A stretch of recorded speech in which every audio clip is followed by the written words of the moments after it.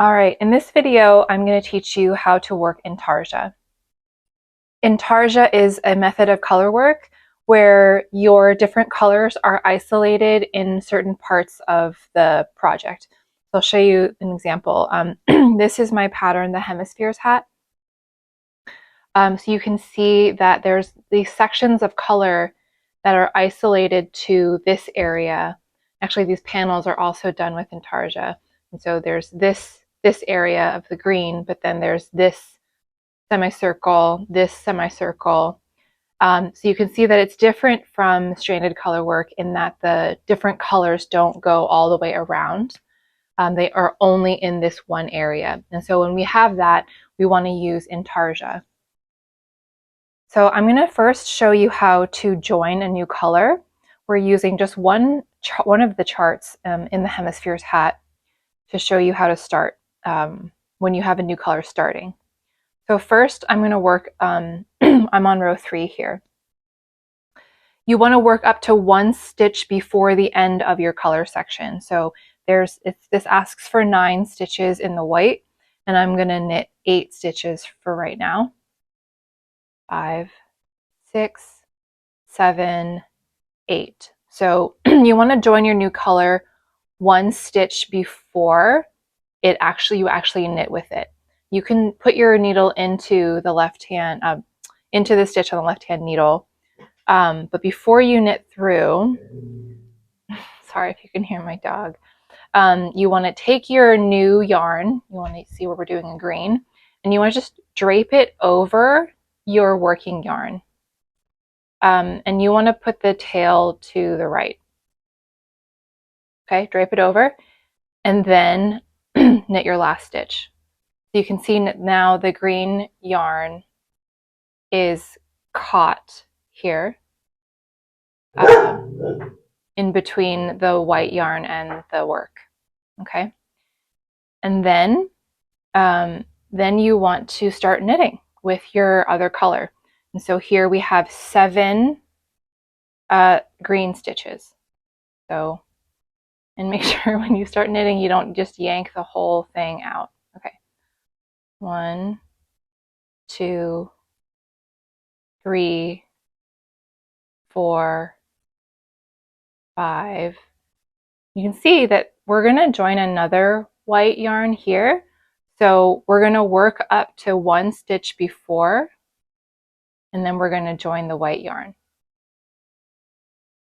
Okay, another ball of white yarn has magically appeared.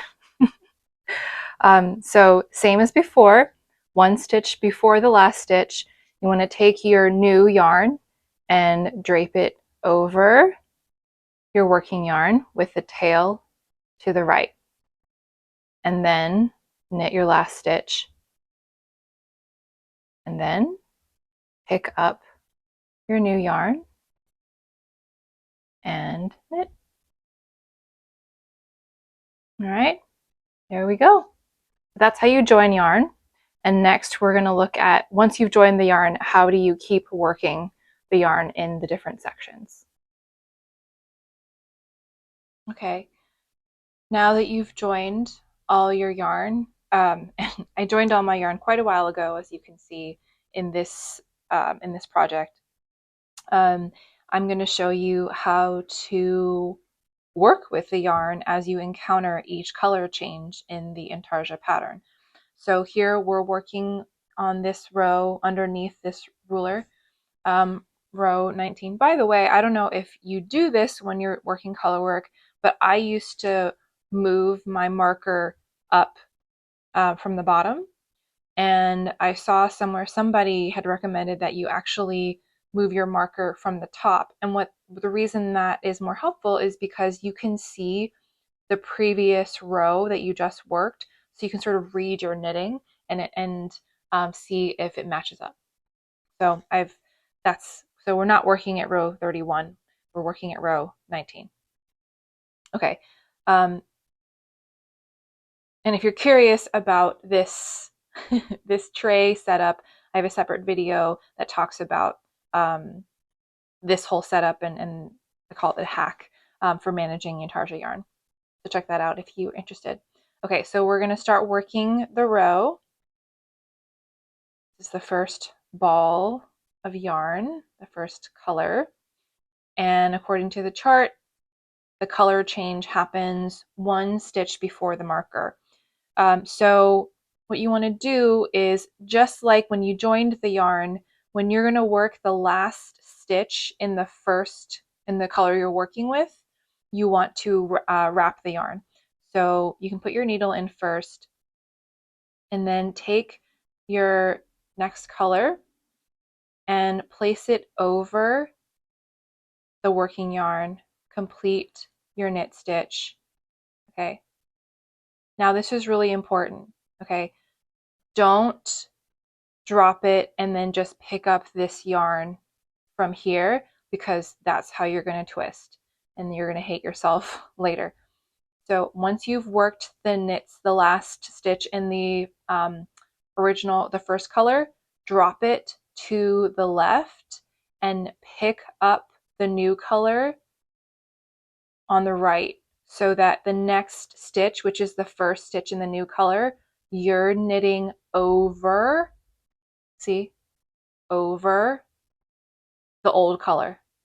This is the step that is going to preserve your sanity when you're doing Intarsia, especially if you use this setup, because all of your yarn is anchored. Okay, so I want to just show you what happened when we did the over and over. Is, look here, this ball is still separate and this ball is still separate. It did not get twisted. Okay, you can do this even if you don't have these anchors, even if you're just flying free, and it will still minimize twisting. But you know, as you may know, if you've done Intarsia, when they're just flying free, gravity kind of does its thing, and they have the potential to get twisted anyway. Okay, so I'm going to knit across this section and then show you the join again. Okay, so we've reached the end of this section, and we can see from the chart that the new color begins right at the beginning of this section, right after the marker. So we're just going to knit to the last white stitch, put your needle in, take your new color, the green, and place it over the old color, knit your stitch, okay, slip your marker. And then again, don't just drop the old yarn and pick up the new yarn here, because then it's twisted.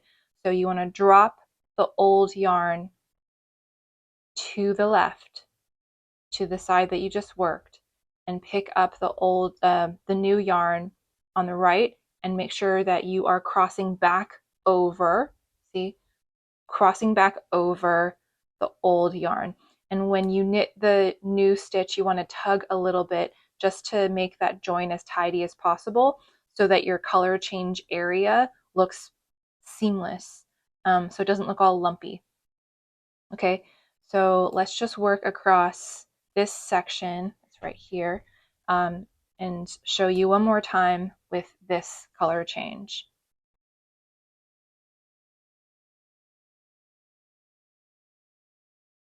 Okay, so we have reached the last stitch here in this section, and we're again going to insert the needle, drop the old yarn,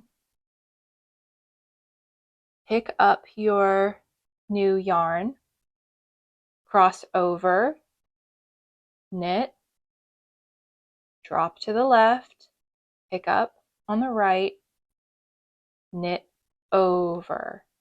And you can kind of see, look, it looks tangled here.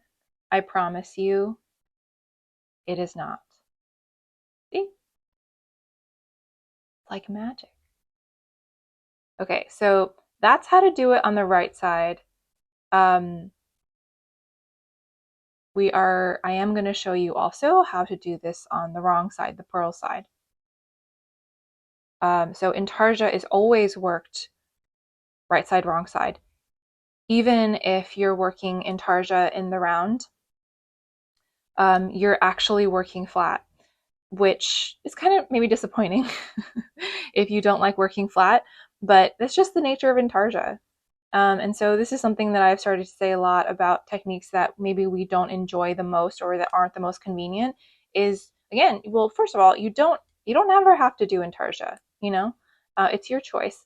But that if you do, you kind of have to understand what you're getting into and understand that that's just the nature of it. And if you want to create a piece that has the look of Intarsia, then that's what you're going to have to do. You totally don't have to do that. It's up to you.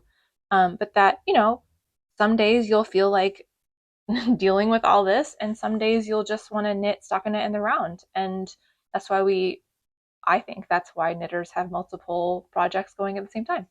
Okay, so I'm going to go ahead and finish this row and then come back when I am on the purl side to show you how this looks purling. Okay, now we're on the wrong side, and if the lighting looks different, it's because it is. I filmed the first part in the morning, and now it's the afternoon. And the afternoon in the winter in the Pacific Northwest can sometimes be extremely dark. So we're working with some artificial light here. All right, so we are on the wrong side, which means we are going to be purling. And I wanted to show you how to twist the yarns while you're purling. It's the same concept as when you're knitting, but just wanted to show you what it looks and feels like so that you can have an example. Okay, so we start here. Oh, and then we're on row 20 here on the next row. So if you want to follow along, that's where we are. We're at the beginning, working from left to right. Okay, so we're going to work to the last pink stitch. Put your needle in. Before you purl, take your new color, cross it over the old color, and then go ahead and purl. Drop the old color, pick up the new color. So again, you want to drop the old color to the left, pick up the old color to the right, and make sure that when you go to purl with the new color, you're going over the old yarn. The same way that we went over on the right side so that we're not creating a twist. We're simply catching the yarn and then moving it right back to where it started. Okay, I'm going to purl across this section and show you again when we get here. All right, we are near the end. One more stitch, and here we are at the last green stitch. So again, put your needle through, and then put your new color over, purl, marker, and then drop the old color to the left, pick up the new color, and purl going over the old color. All right, show you one more time. Get to the white.